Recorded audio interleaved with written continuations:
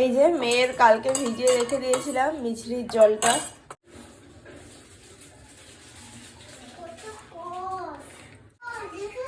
পুরো চায়ের মতন হয়ে গেছে। খা জল। Good morning everyone. Good morning everyone. আজকে থার্সডে।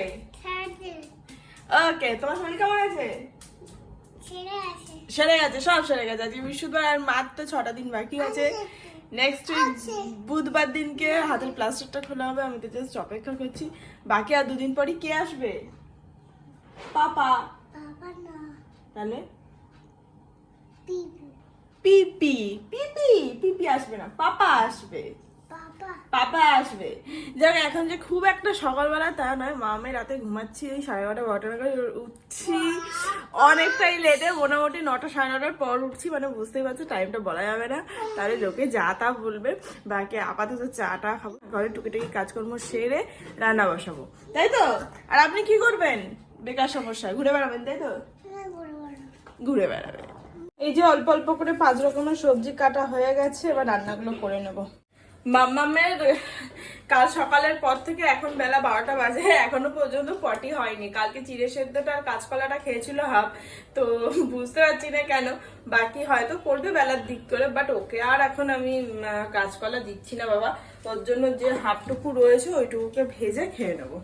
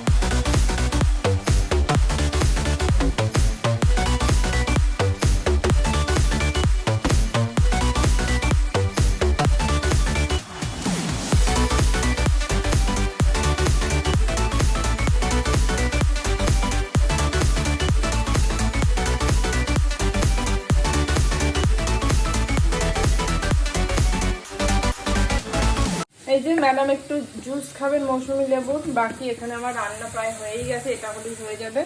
ওইটা খাক, আমি ততক্ষণে স্নান করে নেবো।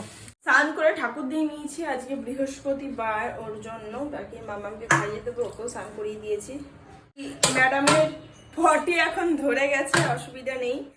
ওর জন্য ওকে আজকে বেশি করে একটু 5 তরকারি খাচ্ছি, পেঁপে গাজর সবকিছু আছে, বেগুন টেগুন, আর একটু কাঁচকলা দেবো ভেজেছি বলে। আর তার সাথে 1 বাটি ডাল, যেটা খুবই ইম্পর্টেন্ট, এটা খাই ব্যাস। এই হচ্ছে ম্যাডামের আজকে লাঞ্চ থালি। আলু আলু খাবো, আলু না ভালো। বেচারা বেকার সমস্যা, একবার এ ঘরে ঘুরে বেড়াচ্ছে, একবার সোফায় গড়াচ্ছে। সোফাতে তুমি শোও, পড়বে না, আসো।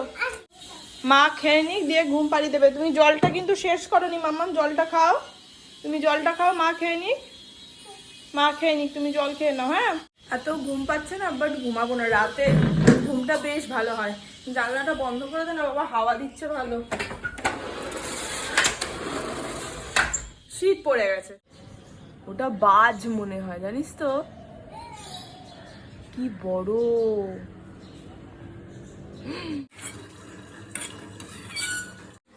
এখানে ম্যাডাম খাচ্ছেন চিড়ে সেদ্ধ। এখানে একটু ডালটা গরম করতে বসালাম, আর তার সাথে এখানে হচ্ছে জল ভরা। এই হচ্ছে কফি 2 রকমের কুকিজের সাথে। এই বিস্কুটটা তবে খেতে কিন্তু বেশ সুন্দর।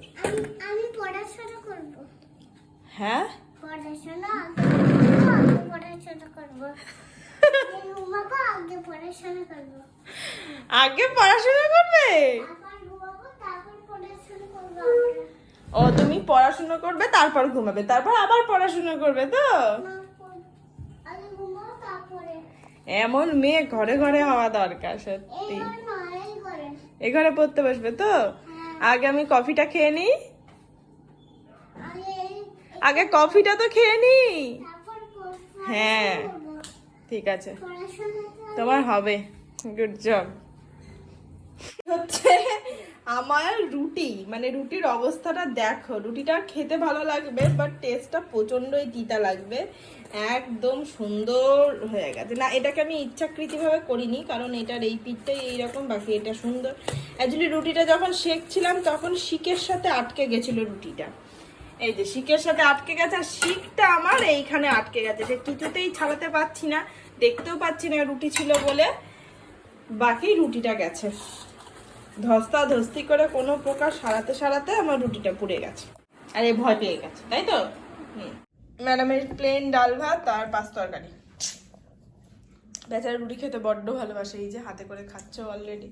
চলো চলো খেয়ে নাও, তারপর খাবে। মামার সাথে আসো। এই হচ্ছে মাইক্রো ওভেনের কুক করার ফল। সোয়াবিনগুলো পুরো একদম ফ্রাই হয়ে গেছে, একদম ফ্রাই হয়ে গেছে। এই হচ্ছে অরিজিনাল আর এই হচ্ছে ফ্রাই।